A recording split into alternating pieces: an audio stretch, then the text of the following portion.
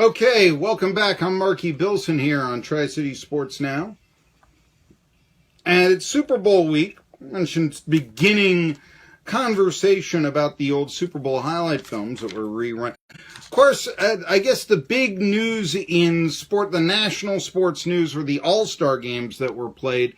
Both the Pro Bowl as well as the NHL All-Star game were aired at the same time, which I was somewhat surprised about, this past Sunday. Of course, there was also the Senior Bowl for the college prospects and such. But let's go to why. I don't know if I've ever seen two All-Star games played at the same time. You had at one point there was the Pro Bowl and there was the NHL All-Star game going on at the same time. And of course, they got this NHL All-Star game. It's a 3-on-3 thing. I don't like 3-on-3 hockey. I mean, I understand they want to try to take, make sure nobody gets hurt and emphasize the scoring and all this. I've said this as one of my 18 undeniable truths of sports and hockey. I just, look, I've grown to really like the shootout. It is part of the game. I mean, you've got the penalty shots there. Saw the Olympics 4 years ago, TJ Oshie going until, he could not go anymore for the Americans. It was just something to watch. I remember the first Winter Classic, which was won on a Sidney Crosby shootout goal. Tremendous drama, tremendous excitement, hockey at its finest. Okay, we've evolved from the tie. I don't think we've evolved from the tie in football. I think that is decided by a gimmick, but hockey found a good overtime. Here's what isn't a good overtime. 3-on-3, or for that matter, before that, 4-on-4 for 5 minutes. I think it's ridiculous. You don't have the 10th inning played without outfielders. And again, Rob Manfred might be putting runners at second base just for the heck of it in the 11th inning, as they did in the minor leagues and in softball earlier. But we've got those gimmicks. But the NHL All-Star game, by going to 3-on-3 tournaments, I mean, that was something of a gimmick. The Pro Bowl, I keep hearing people say that it's doomed, that, nobody wants to go to it. To be honest with you, it's been that way for 50 years, at least. I know I once told on this very radio station the story of Jack Kemp's last game, former presidential or vice presidential candidate, 1996. Remember on Election Day in 96, on these very airwaves, telling a story about Jack Kemp's last game. And it was the very last American Football League game ever. It was the AFL Pro Bowl in 1970 in Houston, Texas, at the Astrodome. And the AFL wanted Namath to play for the East, and Namath didn't want to play. So, Joe Namath. So they called up who's willing to come in, and basically called Jack Kemp out of retirement after a 4-10 year with the Bills. Hey, you won some AFL titles a few years ago. Would you do this? Absolutely. Be happy to. He just asked for some tickets to give to some of his buddies at NASA because he had political aspirations even back then. That's legitimate. I think that's legitimate. And there you go. That was the case. So even 50 years ago, players weren't wanting to go to the Pro Bowl. The problem I see now with the Pro Bowl is that it's almost looked now as a loser's game, because you don't have anybody on the Super Bowl teams. They're playing it the week before the Super Bowl and not afterwards. So whereas, certainly, it used to be the Pro Bowl was coached by the coaches who had lost the conference championship game. We get that. But now it really is a loser's game. You really don't go to now Disney World or historically Hawaii to watch the for that family vacation and all this. I did think, at least from what I saw of it, I remember a couple of years ago, you'd run running plays, and it looked like a flag football game. It's at least doesn't have that feel. That's a good thing. So I keep hearing people call for the demise of the Pro Bowl. I could do without it, I get that, but the same time, I think Honolulu or Orlando wants it, and if they're willing to find enough, Jared Goffs out there that are willing to play, get the free vacation time, all of that, the skills competition, I think, a leisurely played football game without quite some of the hard hitting, I think we'll still have it. I know Roger Goodell has said, why do we have this and all this? I'm not dying for the Pro Bowl, but I would move it back after the Super Bowl instead of the week between. I really would.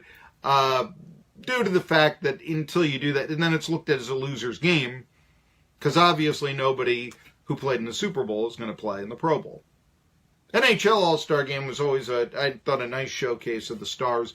And it's very important, I think, because it actually showcases the stars. But that game should have been played not in competition with the Pro Bowl.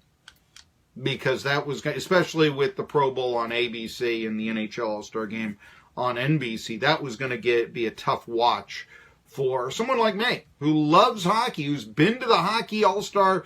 I've been to the drills, to the the workout, that sort of thing. Who's been liked all of that environment before, and has many fond memories. Believe it or not, I've always thought the Hockey All-Star Game was the second best one of the competition, but they gimmicked it up, and frankly, trying to go against the Pro Bowl isn't going to work. So that's sort of the thing that I look at there. I want to look at one comment here as I look through. I want to get to, I'll be talking in a few minutes, by the way, to Jeff Hartzell of the Post and Courier down in Charleston. By the way, speaking of just hockey, it looks like Seattle is going to get a new expansion team. And that kind of makes sense, with adding another one after Vegas came in. I can't see Seattle, that was the Vancouver Million. Seattle, I think, does have an NHL. It does have a Stanley Cup title. Didn't in the early days Seattle have a Stanley Cup? I could be. Anyway. Around the time of the Vancouver Millionaires and such. But that seems like they're pushing that. Seattle's close to Vancouver, but I think the border is going to, I think that's going to prevent any, draw being lost from Vancouver. I am not an expert on the sports culture of either Vancouver or Seattle. I can sing for you the fight song of the British Columbia Lions, Roar You Lions Roar. I will refrain from doing that at this time. But I can tell you that, when you've got that border and trying to go through and all that, kind of the idea of going to a hockey game, even though those two cities are somewhat close, that can be difficult. It can really, limit regional franchise draw. So perhaps Seattle is a good choice to have a expansion team in the NHL. So another late night game, one a year, maybe a couple of games a year for Nashville. Or would Nashville actually, you think that might actually push them into the East? Think about that. That's another topic for another day, because they're out in the West right now. But could that get Nashville into the East? Consider that. Before I get to Jeff Hartzell, and we're going to break down Citadel and ETSU, which is tipping off tonight in Charlotte at 6. There was, last week, I would be remiss if I didn't talk a little bit about a new rule in college athletics that will now allow a college basketball season to open in midweek, on a Tuesday specifically. Previously, they had to open up on a weekend.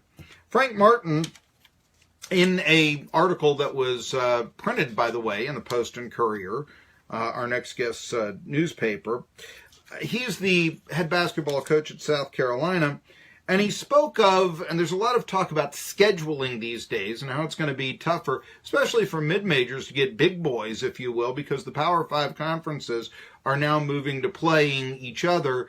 And in the Big Ten next year, as well as in the SEC, teams will be playing 20 conference games. Well, you play 31 games. Who do you schedule after that? And in the case of, Martin, I mean, he's got to play Clemson at least one time, right?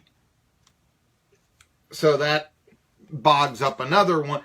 For a school like ETSU, which was delighted last season when Tennessee visited Johnson City for the first time in 53 years, how do they get a big boy to come in? This year, ETSU traveled to Xavier, Kentucky. Would Kentucky, with 20 games in the SEC, even be a feasible game for ETSU to schedule in future seasons? These are some questions. But the thing about the able to open up in midweek, this is big because obviously college basketball season starts in November and nobody watches it because football's still going on.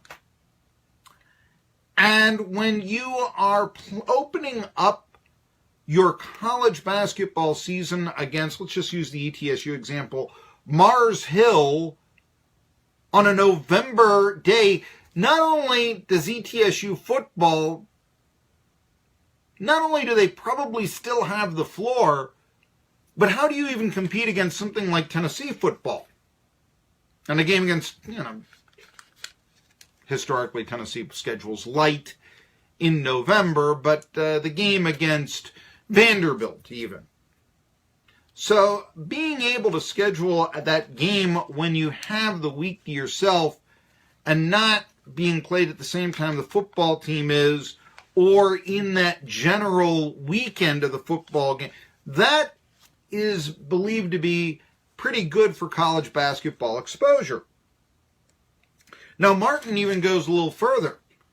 He'd like to start the season after Thanksgiving, after college football season is by and large over, at least for the teams with losing records,